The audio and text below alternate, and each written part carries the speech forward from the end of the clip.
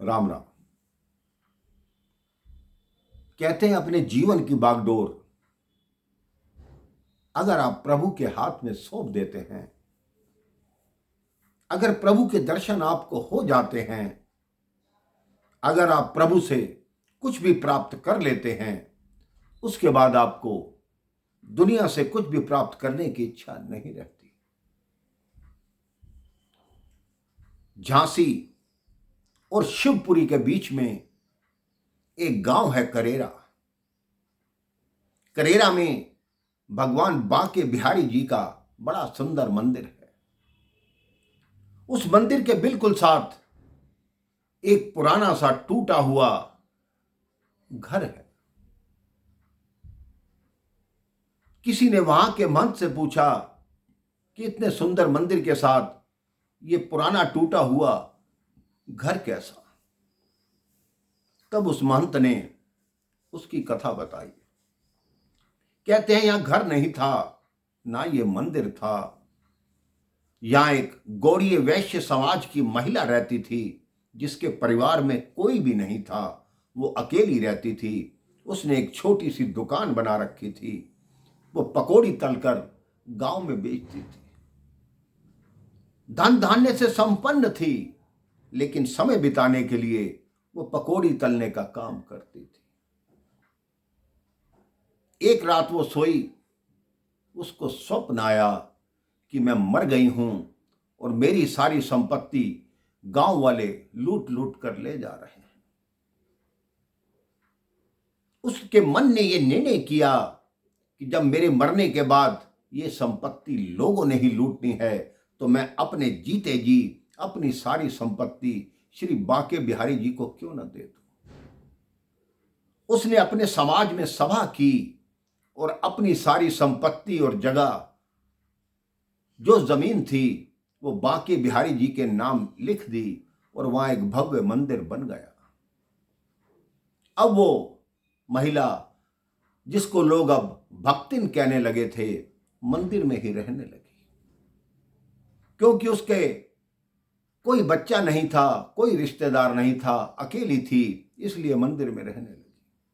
उसके खाने पीने की व्यवस्था मंदिर के महंत ही करते थे। कुछ दिन बाद महंत जी ने शाम के समय उसको दूध दिया, तो वो दूध पीते हुए दांत कटकटाने लगी। महंत जी ने कहा, क्या हुआ, दांत क्यों कटकटा रही हो? तो वो भक्तिन बोली, महंत जी, आपने मेवा बहुत डाल दिया इसमें, मेरे से जल्दी चबाया नहीं जाता।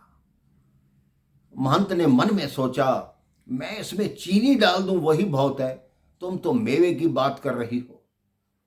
अगले दिन महंत ने जब खाना परोसा, उस भक्तिन की दाल में ऊपर देसी घी तैरता दिखाई दिया।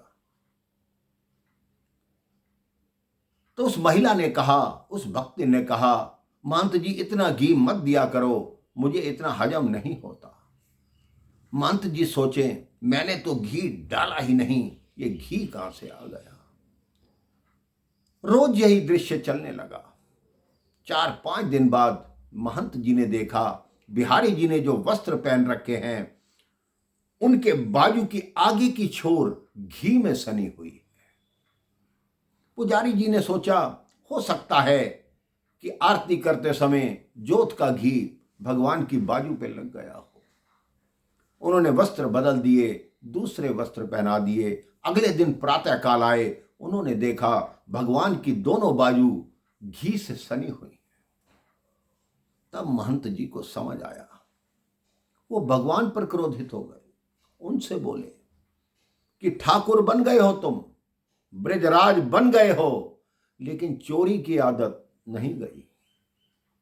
अब उनको भक्तिन से ईर्ष्या होने लगी कि ये कैसी भक्तिन है, भगवान अपने हाथ से इसको खिला रहा है। उसने कहा, अब इस भक्तिन को इस मंदिर से निकलवा कर रहूंगा। अब उस महंत ने सोचा, ऐसा क्या लांछन लगाया जाए जिससे लोग इसको मंदिर से बाहर कर दें।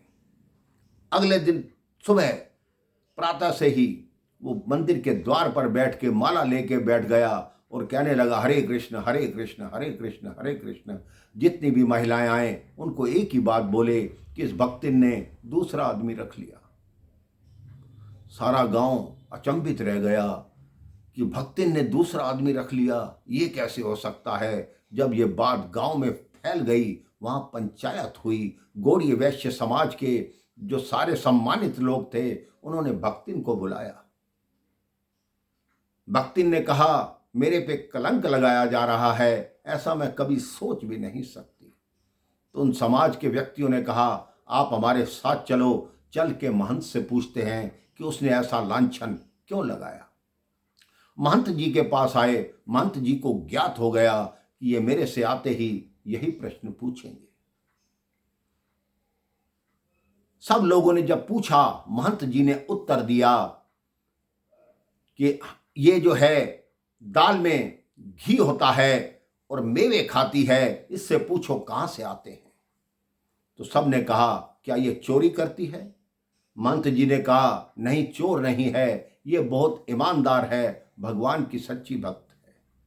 तो उन्होंने कहा, फिर क्या बात है, तुमने लांछन कैसे लगाया कि इसने दूसरा पुरुष रख लिया है।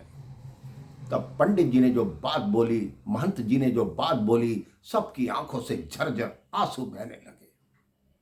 महंत जी ने कहा, इस भक्तिन ने बाके बिहारी जी को अपना पति मान लिया है। वो जैसे गोपियों के पीछे दौड़ते थे, इसके पीछे दौड़े फिरते हैं। मेरे सारे घी के कनस्तर इसको खिला दिए, मेरे सारे मेवे इसको खिलाते हैं। अब बताओ, मैं इसकी शिकायत किससे करूं। जो भक्तिन को मंदिर से निकलवाने आए थे, वो भक्तिन के चरणों में पड़ गए। उन्होंने कहा, आज के बाद आपको मंदिर में रहने की आवश्यकता नहीं, हमारे घर आइए, हमारे घर को पवित्र कीजिए। जिसको भगवान ने अपने हाथ से खिलाया हो, अगर वो हमारे घर में खाएंगी तो हमारा घर भी पवित्र हो जाएगा। उस भक्तिन ने कहा, नहीं, मैं यहीं मंदिर में ही रहूंगी। शाम का समय हुआ, पंडित जी दूध लाए। भक्तिन ने कहा, भूख नहीं। पंडित जी बोले, हाँ हाँ, हमारा दूध क्यों पियोगी, कल से तो सेठों के घर तुम्हारा भोजन होगा। रात्रि के समय भोजन लाए। भक्तिन ने कहा, मुझे भूख नहीं। रात्रि 3 बजे का समय था। भक्तिन धीरे धीरे उठी, भगवान की चौखट पे अपना सिर रख दिया और बोली, हे नाथ, किसी व्यक्ति के साथ मेरा नाम जोड़ा जाता तो मैं सहन कर लेती, लेकिन मेरे पीछे आपको लांछन झेलना पड़ा। अब इस दुनिया में मैं नहीं रहना चाहती। और दूसरी बात, जब आपके हाथ से मैंने प्रसाद पा लिया तो मैं दुनिया में अब खाना किसी और के हाथ का कैसे खा सकती हूं। मुझे अपने चरणों में बुला लो। जैसे ही भक्तिन ने कहा, उसी समय एक तीव्र प्रकाश हुआ। उस मंदिर के कपाट खुल गए। इतना शोर हुआ कि गांव के लोग भागे आए। सब ने अपनी आंखों से देखा कि उस भक्तिन की आत्मा भगवान बांके बिहारी जी के चरणों में लीन हो गई। अगले दिन प्रातः बड़ी धूमधाम से उसकी शव यात्रा निकाली गई, भक्तिन की समाधि बनाई गई। जब तक भक्त रज्जव दास जी उस मंदिर के महंत थे, जब वो बांके बिहारी जी की आरती करते थे तो छत पे चले जाते, उस छत से उस भक्तिन की समाधि दिखती थी, उसकी भी आरती करते थे। तो संसार में ऐसे ऐसे भक्त भी हुए हैं जिनको भगवान ने इतना प्यार दिया, इतना स्नेह दिया। उस भक्त ने भी अपना सब कुछ भगवान के चरणों में समर्पित किया। आप अपने मन को भगवान के चरणों में समर्पित करके देखिए भगवान आपका कैसा हर कार्य बनाते हैं, जीवन को सफल बनाते हैं। राम राम, जय श्री राम।